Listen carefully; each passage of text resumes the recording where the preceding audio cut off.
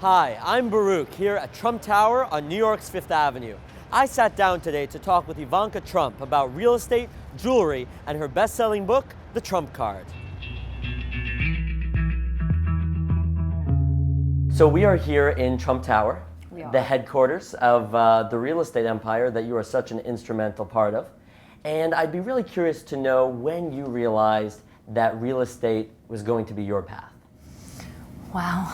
I don't know that there was ever a point in my life when I thought I would take another road. So pretty much since inception, this was something that I wanted to do.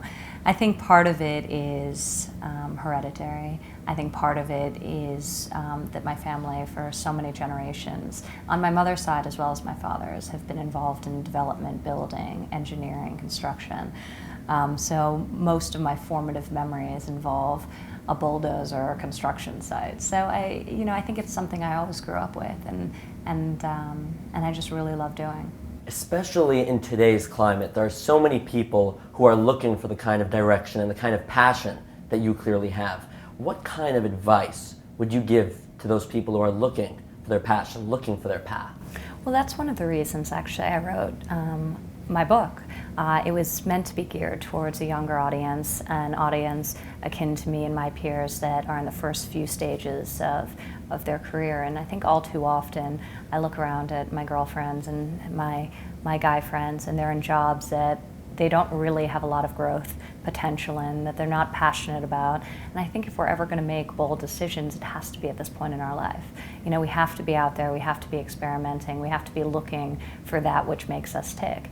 And I think a big part of that evolution for me was really summer jobs and working and making sure to actually get into the world and try different things and eliminate those, which is as useful, eliminating those career paths that you're not interested in as it is doing things that do interest you.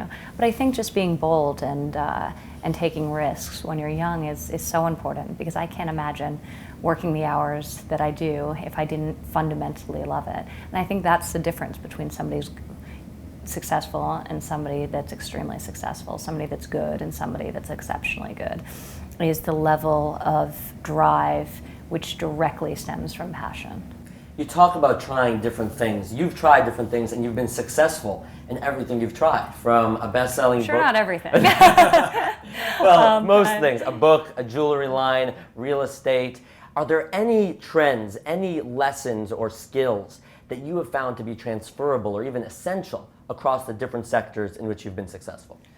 Over here at the Trump Organization, I've had the opportunity to learn in so many different areas of the business world. But then the ancillary projects, as you mentioned, have been great for me as well. I have a jewelry company which has survived what has been a very difficult time in its early years. To open a luxury jewelry store in September 2007 is a challenge. So I think it's a great validation of both our designs and our business strategy that we're here today and we're thriving. So that's been terrific. I have a shoe company that we're launching our first collection next spring, and the book, which thankfully was a bestseller.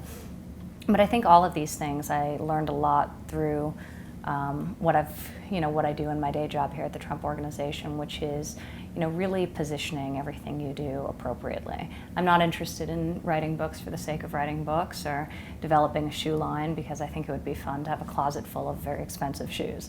But rather, I think that there's a need and a place for every area of business that I venture into. Through all these different ventures, what's been the biggest challenge? Or even personally, what's been your biggest challenge so far?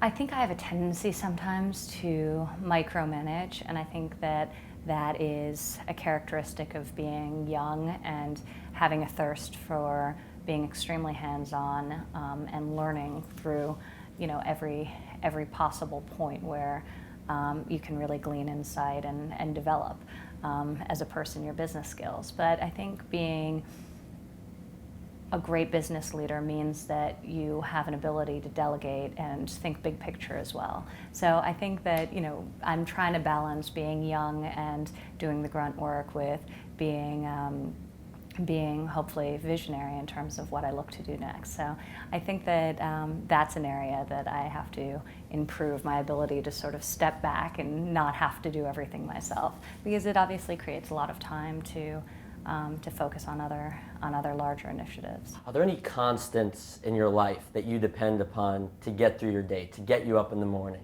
to spend all these long hours at work? Outside of coffee? Coffee is definitely a constant. No, I mean, I think that's where you go back to this idea of finding that which you're passionate about. I wouldn't be very capable of doing what I do and keeping the schedule that I keep if I didn't really love it genuinely. So that's what I encourage all people to seek. Where do you see the future taking Ivanka Trump? Who knows? That's sort of the exciting part. I mean, I know that real estate will always be at the core of anything that I do, but being entrepreneurial by nature, I can only imagine.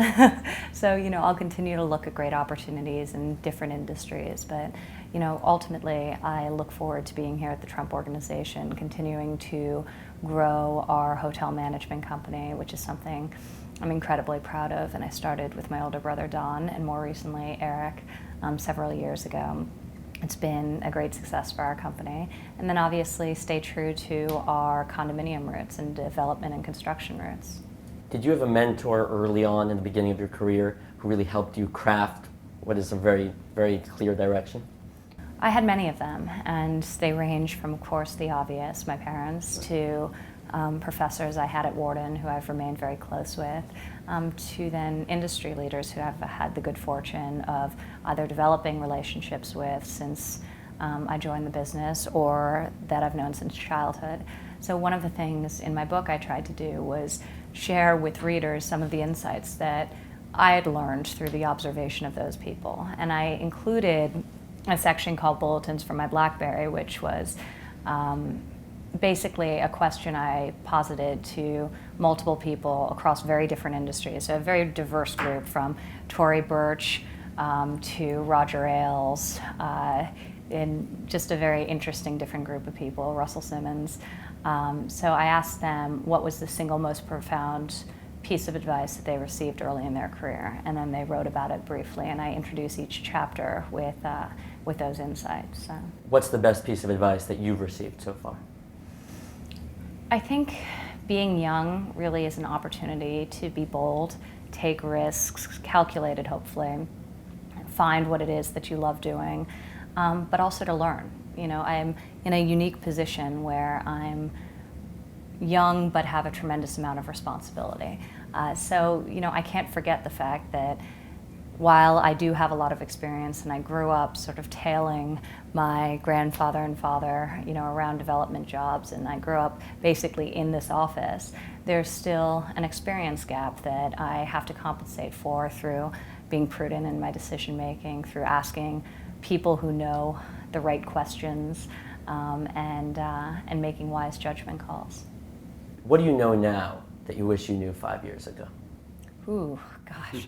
5 years ago, I was quite young, so I was right out of college, so hopefully a lot. But I think I've just developed as well great relationships, and I think, in life it's a lot of the great opportunities that we see in the business world come about based on relationship and, people you meet, whether it's, a younger, lower level analyst who ends up growing to a position of power or influence, or whether it's somebody in a position of power.